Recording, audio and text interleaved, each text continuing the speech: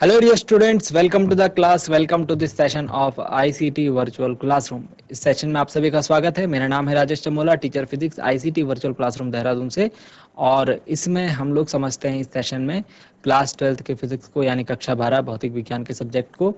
और अपनी previous classes में हम लोग समझ रहे थे चैप्टर वैद्युत विभव एवं धारिता को, जिसमें कि हम वैद्युत विभव से रिलेटेड डिफरेंट टर्म्स जो अलग अलग जो पद यूज होते हैं हमारे चैप्टर में उनको अभी समझना सीख रहे थे। आज की क्लास में हम लोग करेंगे क्लास को कंटिन्यू और कुछ एक इम्पॉर्टेंट डेरिवेशन को हम आज की क्लास में रखेंगे कंटिन्यू। सो आई होप आप सबके सब फिट फाइन हेल्थी होंगे, बिल्कुल रेडी होंगे क्लास के लिए। चलिए आगे की बातों को सीखते समझते हैं और चलते हैं स्मार्ट बोर्ड की स्क्रीन पर। सो लास्ट क्लास में हम लोग कवर अप कर चुके थे कुछ पॉइंट्स को, ठीक है। और आज हम एक नया टॉपिक, नया पॉइंट स्टार्ट कर रहे हैं, जिसमें कि हम लोग समझेंगे वैद्युत द्विध्रुव के बारे में। हमने प्रीवियस चैप्टर में, जो पिछला चैप्टर हम पढ़ रहे थे, वैद्युत क्षेत्र एवं इलेक्ट्रिक फील्ड किसी इलेक्ट्रिक डाइपोल के, इलेक्ट्रिक डाइपोल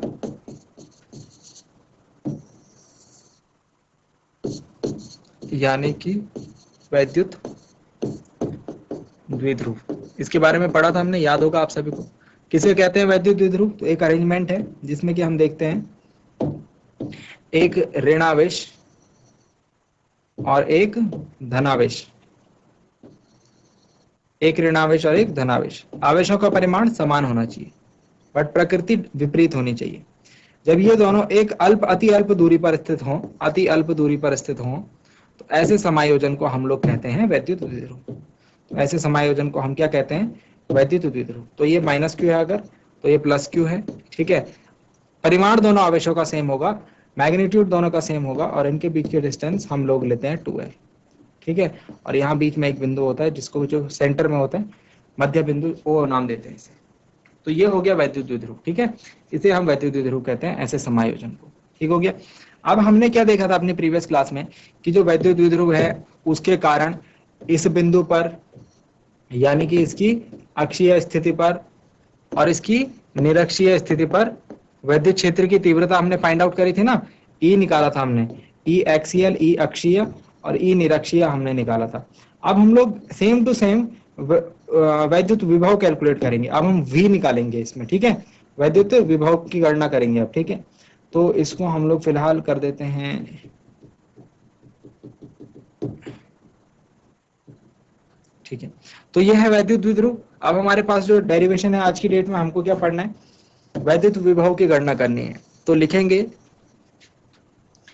हम आज का जो टॉपिक कर रहे हैं उसके बारे में लिखेंगे। किसी वैद्युत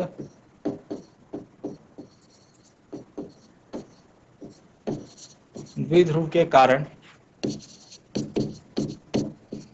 किसी वैद्युत द्विध्रुव के कारण अक्षीय स्थिति, अक्षीय स्थिति को हम एक और नाम देते हैं अनुदैर्ध्य स्थिति, एक्सियल पोजीशन। क्या कहते हैं? एक्सियल पोजीशन में स्थित, में स्थित किसी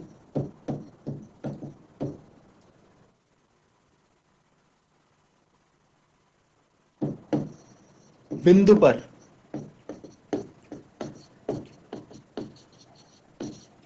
वैद्युत विभव के लिए व्यंजक प्राप्त कीजिए। वैद्युत विभव के लिए व्यंजक प्राप्त कीजिए, ठीक है। आंसर में हेडिंग डालेंगे वैद्युत द्विध्रुव के कारण अक्षीय स्थिति में स्थित किसी बिंदु पर वैद्युत विभव, इलेक्ट्रिक पोटेंशियल। इससे पहले हमने इलेक्ट्रिक फील्ड के लिए हम लोग कैलकुलेट कर चुके हैं। Electric potential at a point, of a point, due to electric dipole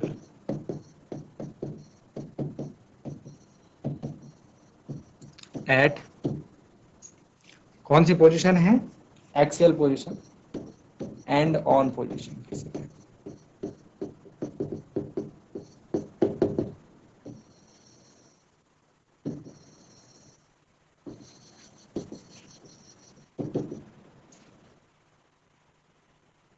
तो नीचे एक द्विध्रुव मैंने बनाया हुआ है ना, डाइपोल मैंने बनाया हुआ है। द्विध्रुव की अगर दिशा की बात की जाए, द्विध्रुव की अगर दिशा की बात की जाए तो कहां से कहां को होती है, कहां से कहां को होती है द्विध्रुव की दिशा, नेगेटिव से पॉजिटिव की ओर, नेगेटिव से पॉजिटिव की ओर। तो ये रहा नेगेटिव से पॉजिटिव की ओर, ये क्या रिप्रेजेंट कर रहा है, ये रिप्रेजेंट कर रहा है द्विध्रुव की दिशा, ये रिप्रेजेंट कर रहा है द्विध्रुव की दिशा। ठीक है, तो नेगेटिव से पॉजिटिव की ओर होती है डायरेक्शन ऑफ इलेक्ट्रिक डाइपोल। ठीक है, सदिश राशि की बात हमने पढ़ी है। और ये 2l है तो इनके बीच की डिस्टेंस यहाँ से यहाँ तक l हो जाएगी, यहाँ से यहाँ तक l हो जाएगी, क्योंकि ये O बिल्कुल बीच में है, माइनस Q और Q के बिल्कुल बीच में है O। इस माइनस Q और Q को मैं नाम दे देता हूँ A एंड B। इस माइनस Q और Q को नाम दे देता हूँ A बिंदु और ये B बिंदु है। ठीक है, तो A बिंदु A B के ठीक बीच का पॉइंट है O, और A B की जो पूरी लंबाई है वो 2l है, तो A से O की लंबाई l हो जाएगी और O से B की लंबाई भी l हो जाएगी। ठीक है, अब हम ले रहे हैं कोई एक पॉइंट, हम ले रहे हैं कोई एक पॉइंट। तो सपोज यहाँ पर एक पॉइंट है, सपोज यहाँ पर एक पॉइंट है यहाँ पर। ठीक है, और ये पॉइंट इससे ये हो गया अक्षीय स्थिति, एंड ऑन पोजीशन, मतलब इसके एंड ऑन पोजीशन पर है, इसके एक तरफ है। ठीक है, तो ये P बिंदु है सपोज, यहां पर लिखेंगे ये P बिंदु है, इसका नाम मैं P लिख ले रहा हूं। और ये जो P बिंदु है इसकी यहां से यहां तक दूरी जो है, O से P की दूरी जो है वो हम R कंसिडर कर लेते हैं, स्मॉल r। ठीक है, इतनी चीजें हमको माननी है। ठीक है, तो इसको लिख लेते हैं फटाफट, जो जो चीजें हमने मानी है उनको लिख लेते हैं। ठीक है, इन शॉर्ट लिखूंगा मैं, बाकी जो है कि आपको ये लिखने का तरीका मैंने बोला है कि आपको ये आना चाहिए, आपको इसके ऊपर काम करना पड़ेगा कि जो भी चीजें आप एक्सप्रेशन में जो डायग्राम बनाते हैं, डायग्राम सीखते हैं, उसी को तो शब्दों में लिखते हैं। यहाँ पर माइनस क्यू क्या है, प्लस क्यू क्या है, 2l क्या है, r क्या है, बिंदु P कहाँ पर है। ठीक है, ये सारी चीजें ही तो लिखनी होती है। तो चलिए लिखते हैं। माना सबसे पहले हमने क्या माना, ए बी एक वैद्युत द्विध्रुव है,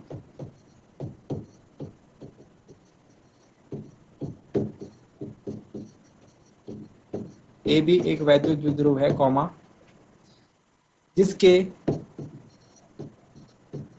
जिसके माइनस क्यू तथा प्लस क्यू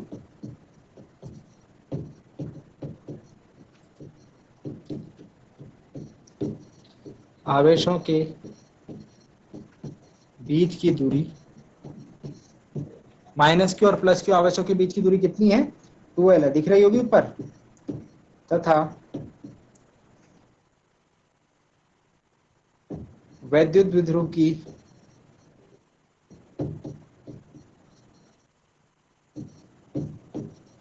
अक्षीय स्थिति में, यानी कि एंड ऑन पोजीशन में,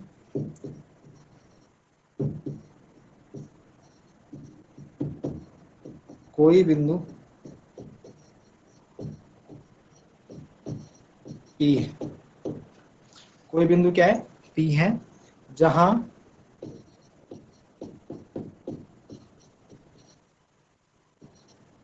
माध्यम का परावैद्युतांक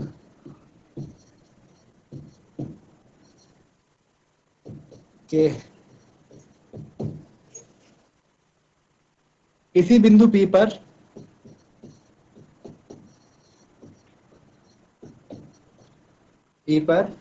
वैद्युत विभव के लिए व्यंजक प्राप्त करना है, वैद्युत विभव के लिए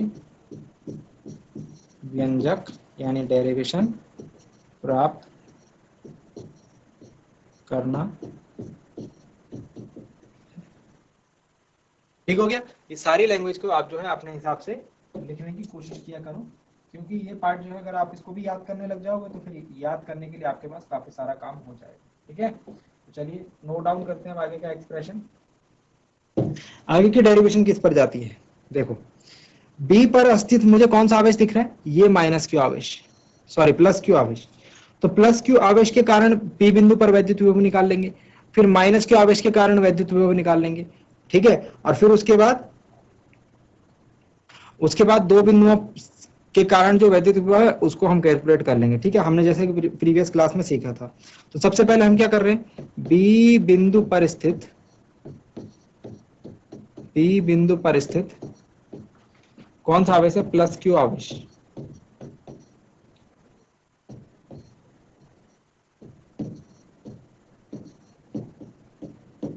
के कारण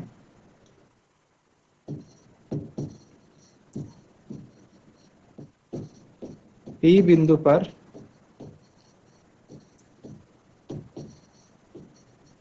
वैद्युत विभव, पी बिंदु पर वैद्युत विभव। तो फर्स्ट वाला हम किसके कारण निकाल रहे हैं, बी बिंदु पर, ठीक है, ध्यान रहेगा।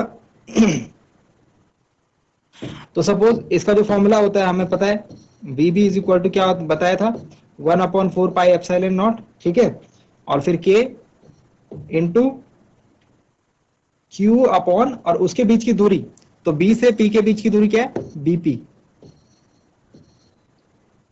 ठीक हो गया। अब बीपी दूरी को कैसे कैलकुलेट किया जाएगा, बीपी दूरी को कैसे कैलकुलेट किया जाएगा, बीपी दूरी को कैलकुलेट करने के लिए देखो, बी से पी के बीच की जो दूरी है इसको मैं यहाँ साइड पर निकाल लेता हूं, बीपी। तो बीपी इज इक्वल टू क्या हो जाएगा भाई, मुझे ओपी पता है और ओबी पता है, तो ओपी में से ओबी को घटा दो तो बीपी निकल जाएगा, ओपी कितना है आर, और उसमें से बीपी को हटा दो यानी ओबी को हटा दो यानी माइनस एल। और ऐसे ही मैं एपी निकाल सकता हूं, एपी क्या होगा, एपी हो जाएगा आर प्लस एल। समझ में आई ना बात, ठीक है, डायग्राम से देख करके उसे हम समझ सकते हैं कि ओपी दूरी क्या, एपी दूरी क्या हो जाएगी आर प्लस एल, और बीपी दूरी क्या हो जाएगी आर माइनस एल। ओके, तो मैं बीपी की वैल्यू यहाँ पर रख रहा हूँ, बीपी की जब हम वैल्यू पुटअप करेंगे तो फाइनल हमारा जो एक्सप्रेशन बनेगा V B is equal to 1/4πε0 के Q upon are minus L, और मात्रक क्या होता है, विभवांतर का मात्रक वोल्ट, ठीक हो गया, वी भी निकाल दिया, वी भी निकाल दिया हमने, ठीक है। अब नेक्स्ट बात करते हैं वी ए के बारे में, ठीक है, तो मैं साइड पे निकाल दे रहा हूं वी ए को भी, देखिए नेक्स्ट हम क्या लिखेंगे, ए बिंदु पर स्थित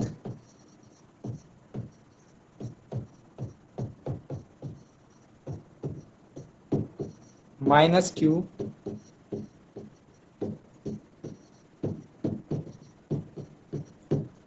आवेश के कारण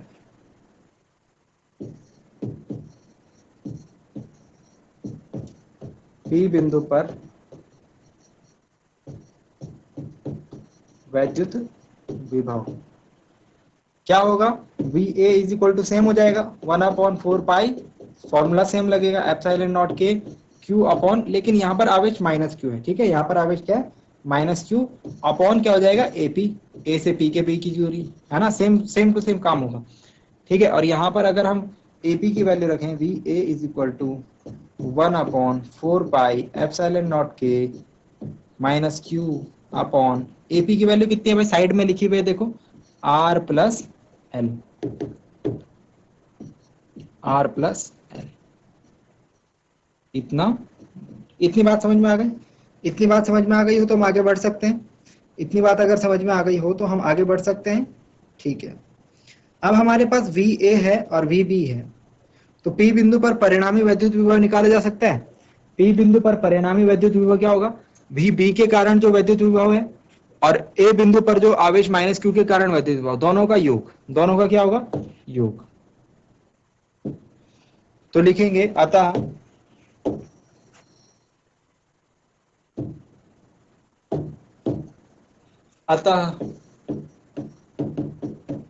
पी बिंदु पर परिणामी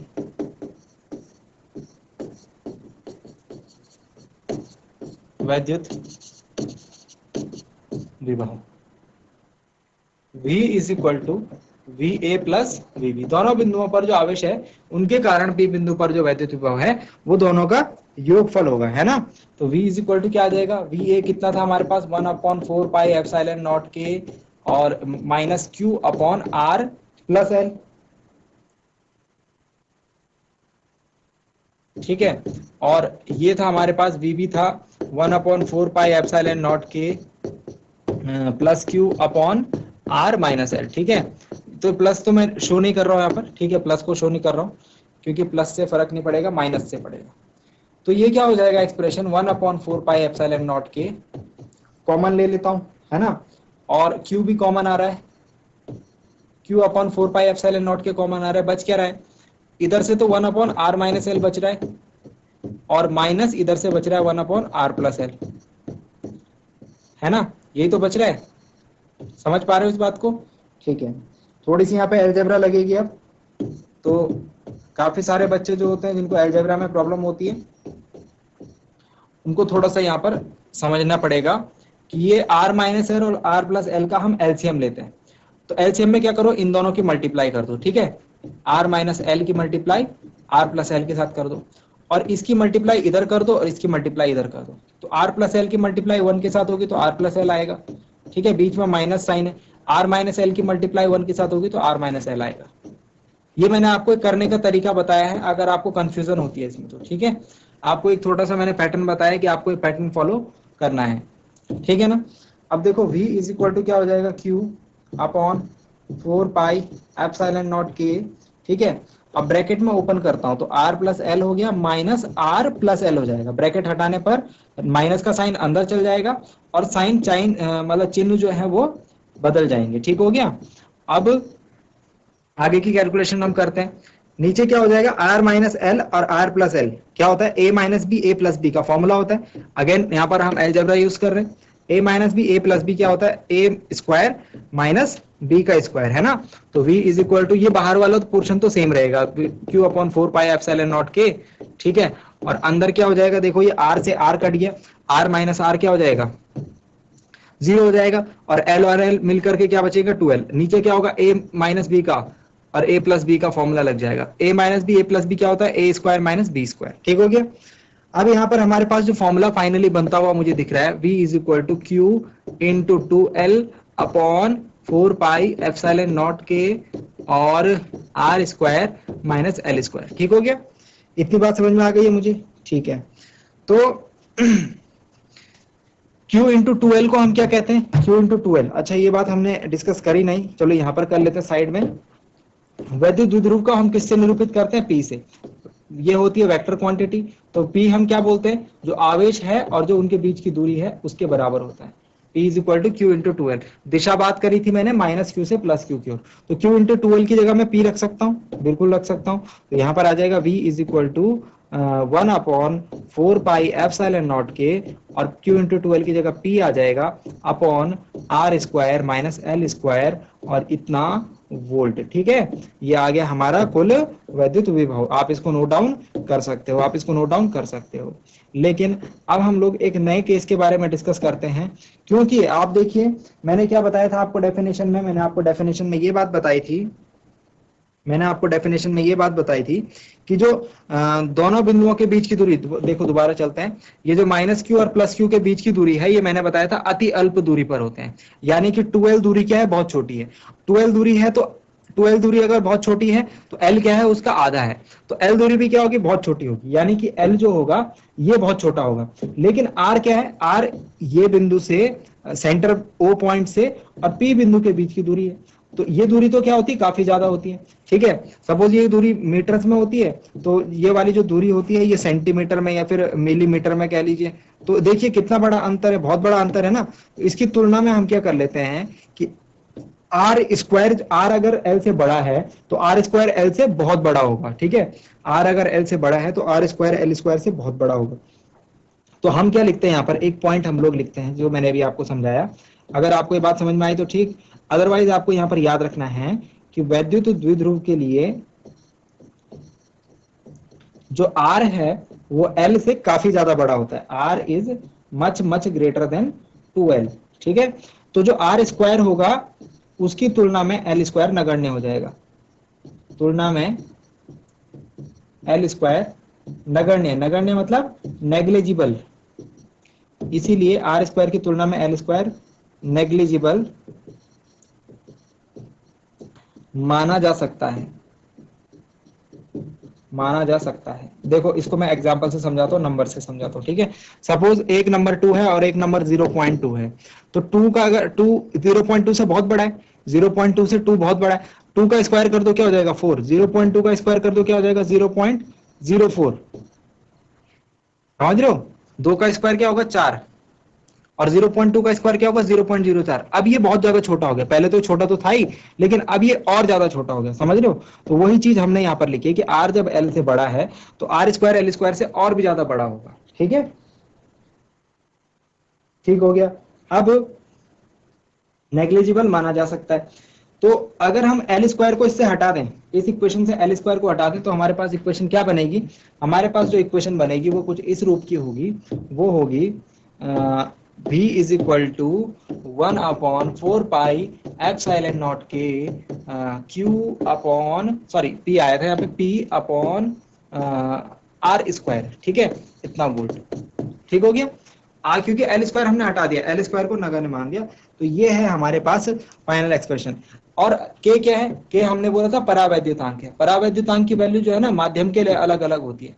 तो अगर माध्यम, यहां पर आप एक और पॉइंट नोट करें, अगर जो माध्यम हमारे पास वो वायु या निर्वात है, वायु या निर्वात के लिए, वायु या निर्वात के लिए अगर हम बात करें वायु या निर्वात के लिए, तो k की जो वैल्यू है वो 1 हम मानते हैं, k की वैल्यू 1 रखते हैं। तो k की वैल्यू 1 रखिए ऊपर वाले एक्सप्रेशन में, तो क्या बन जाएगा हमारे पास formula v is equal to 1/4 pi epsilon not p upon are square volt. ये है हमारे पास फाइनल फॉर्मूला दो बिंदुओं, जो किसी वैद्युत द्विध्रुव के कारण उसकी अक्षीय स्थिति पर स्थित किसी बिंदु p पर उत्पन्न जो वैद्युत विभव का जो मान है वो ये होगा, ठीक है।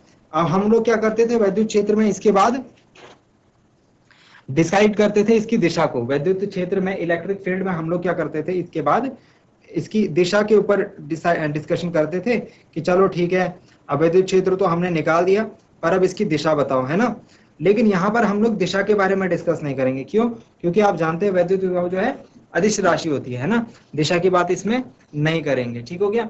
तो ये है हमारे पास वैद्युत विभव का फाइनल फॉर्मूला, किस चीज के लिए है ये, देखिए स्टार्टिंग में जो क्वेश्चन है आप ध्यान रखेंगे, ये है किसी अक्षीय स्थिति पर, यानी electric potential at a point of a point due to electric dipole at end on position. समझ में आया बात, कितना आया था हमारे पास वैल्यूज की, ये आई है v is equal to 1/4 pi epsilon not p upon are square, और 1/4 पाई एप्सिलॉन नॉट का जो वैल्यू है क्या है, ये कांस्टेंट है। तो न्यूमेरिकल करते वक्त इसका जो मान हमने बताया था 9 × 10⁹, ठीक है, वो याद रखें।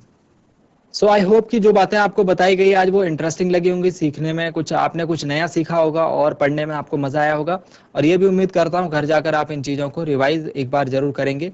अगली क्लास में मिलते हैं एक नए और इंटरेस्टिंग टॉपिक के साथ। क्लास से जुड़ने के लिए आप सभी का बहुत बहुत धन्यवाद। Thank you very much and have a nice day.